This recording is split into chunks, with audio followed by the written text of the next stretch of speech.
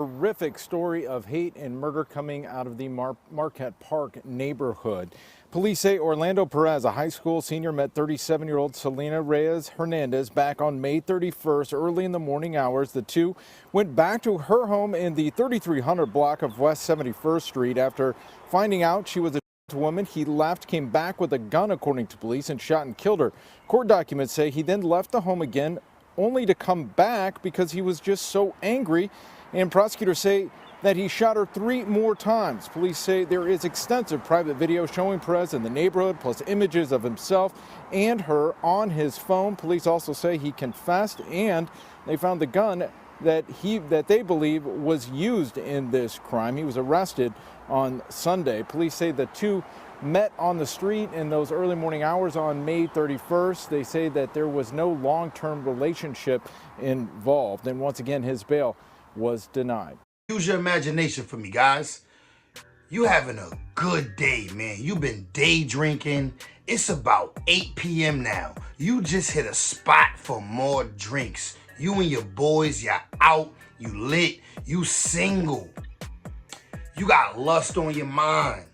You walk into the spot, man, there's some chicks at the other table over there. They feeling you. They keep on looking at you. You looking back, all you see is top and bottom, ass, titties, boom. You like, damn, BBL go crazy over there. Before you know it, that little liquid courage hit. You go over, you start exchanging words. Lightly, y'all don't have too much conversation because y'all both know what y'all there to do. Y'all both know what y'all want to do. You leave the spot. You take an Uber with shorty back to her crib. You know what I'm saying? You get back to her crib, you on lust timing. You having a couple more drinks, chilling, vibing, music playing. Next thing you know, you get the touching, kissing. But in the midst of you touching and doing what you usually do, you feel an extra piece of equipment that makes you feel a little uncomfortable.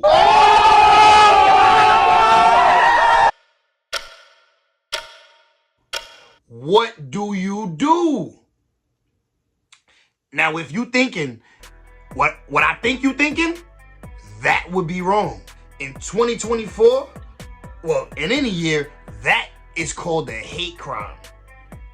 Bros, you gotta be careful out here, man. Being a man in this world, you know, we leave the house on defense. We blessed if we make it back home every day. We leave the house on defense. We know we gotta protect ourselves, protect the people around us. You gotta also use that same foresight when looking for a female and trying to mingle out in these streets. You gotta be careful. The lust level gotta come down a little bit and the awareness gotta come up a little bit. I don't care how much you drinking, what you on, what you smoking, none of that. You got to pay attention. You gotta pay attention. You know what's going on in 2024. You know you got all types of people from all walks of life, which is accepted. Everybody do what they do and love who they love. However, I believe consent is necessary. Like, in my opinion, I feel whatever your situation is, whoever you are, whether you black, white, Asian, whoever you are, your situation, your gender, you should let the person know who you're pursuing before y'all get physical, in my opinion, to avoid any of this. But that's not always happens. Some people think it's okay if they attracted you by their feminineness to just lead with that. So be careful. When a guy sees you walking in the mall or walking at the park, he does not see your vajayjay. He sees your femininity. He sees your long hair. He sees your beautiful smile. He sees your gorgeous eyes. He smells you. He sees your fashion. These are the things that encompass your femininity and womanhood, and these are the things that you present, and these are the things that men are attracted to first and primarily. Now, let's answer the age-old question of, are you gay if you have sex with someone of the same sex? And the answer is simply no. Straight men will f a pillow, they will f their hand, they will f a sock, okay? It does not make them pillow sexual, it does not make them sock sexual, it does not make them hand amorous. That is not how that works. Just from definition alone, no, straight men are not gay if they have sex with a guy because they are not exclusively attracted to someone of the same sex. Going back to my pillow analogy, you can reach your O with a pillow, you can reach an O with your hand or a sock or a teddy bear, okay? But it does not make you attracted necessarily to your pillow or to your teddy bear. Now, some weird people are attracted to their pillow or their teddy bear, but most people aren't. They're just getting themselves off. Now, respectfully, I have to say that's some bullshit.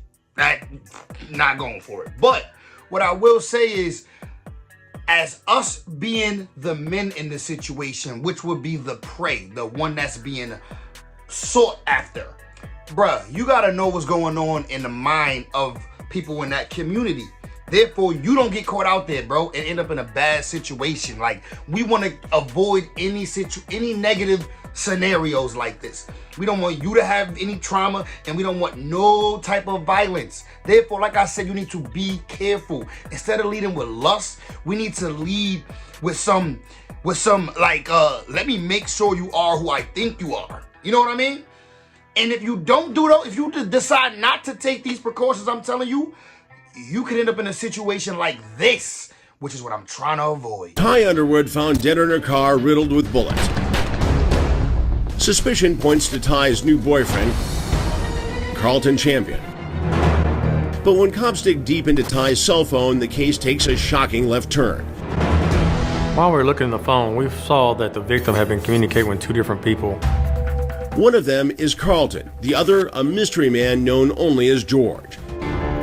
Turns out George did live near the area where Ty was killed, and so George became one of the prime suspects at that point.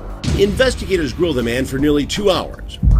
During the interview, they had talked about communicating, but George said that they never met up with each other. When I realized that this wasn't going where I wanted to go, I just deleted the whole thing. I left it alone right after that. I don't really think you did, man. I think he came to you.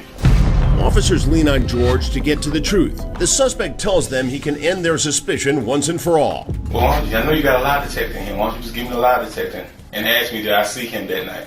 Would you do that for us? Yeah, let's go. Really? I'm trying to get the hell out of here, man. He took a polygraph exam, and it was later determined that he was not involved. With George cleared, investigators are back to square one. And square one is Ty's new boyfriend, Carlton Champion. The freshman football player insists he never left his dorm room the night of the murder. But cops go to the surveillance tape, and Carlton clearly fumbles. Buried in hour after hour of footage, there's this. Surprise, that's Carlton Champion, exiting his dorm right before the murder, then returning home just minutes after Ty is left shot and bleeding behind the wheel. The time stamps on the surveillance tape were narrow, but just enough time for Carlton to leave the campus, commit the murder, and then return. Then a key piece of evidence seals Carlton's fate. The DNA sample from inside Ty's car comes back from the lab. Guess who it matches? They found Carlton's DNA on the seatbelt and the door handle inside the car, which is the same car that Carlton had said he'd never been inside of. Detectives believe they have Ty's killer. They brought Carlton into the police station for an interview. Obviously, we're investigating a homicide. You know Tyrone. You have with Tyrone. Cops think Champion will crumble under the overwhelming evidence and sitting in handcuffs. But the young football star shamelessly jukes through question after question without showing a single sign of remorse. So let's go down here. I'm hungry. We should eat at school. Yes, you heard him right. When asked about the murder, Champion smiles and says he wants a hamburger. It was real apparent that Carlton Champion wasn't taking this serious, and I really believe that he thought that he was going to beat this charge. I'm not hungry. I'm hungry as hell. Yeah, I feel like eating Whataburger. Sit there. You ain't got a taste for no Whataburger now? Burger King, McDonald's. So are you gay? I mean, I'm hungry right now. Are you gay? Nah, I'm not gay at all. Then why are you having sex with a man? I want to have this with a man. He responded the same way to every tactic, which was with arrogance and refusal to even discuss the topic. His really indifference to the gravity of the situation was sociopathic. Even seasoned detectives have had their fill and turn up the heat. Carlton, listen. What's going to happen is, Carlton, is you're going to go, and I'm gonna arrest you for murder. Sir, I'm hungry. Okay? Be quiet, listen. I'm hungry. I'm going to arrest you for murder. I know what I'm here for, sir. Okay? I'm hungry, though.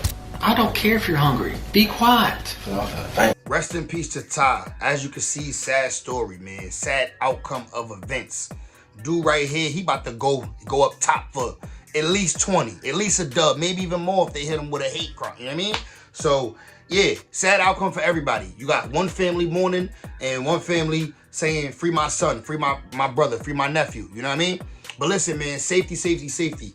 The topic of the video, bro, just be aware of your surroundings. You know what I'm saying? And just avoid any issues. Try to make sure you're on point. Don't lead with lust all the time, bro. That's pretty much what I'm saying. I'm off this nasty. I'll see y'all all in the next one. If you like the video, smash the subscribe for your guy. Like the video, share it for me if you can. And I'm gone. I'll see y'all in the next one, gang.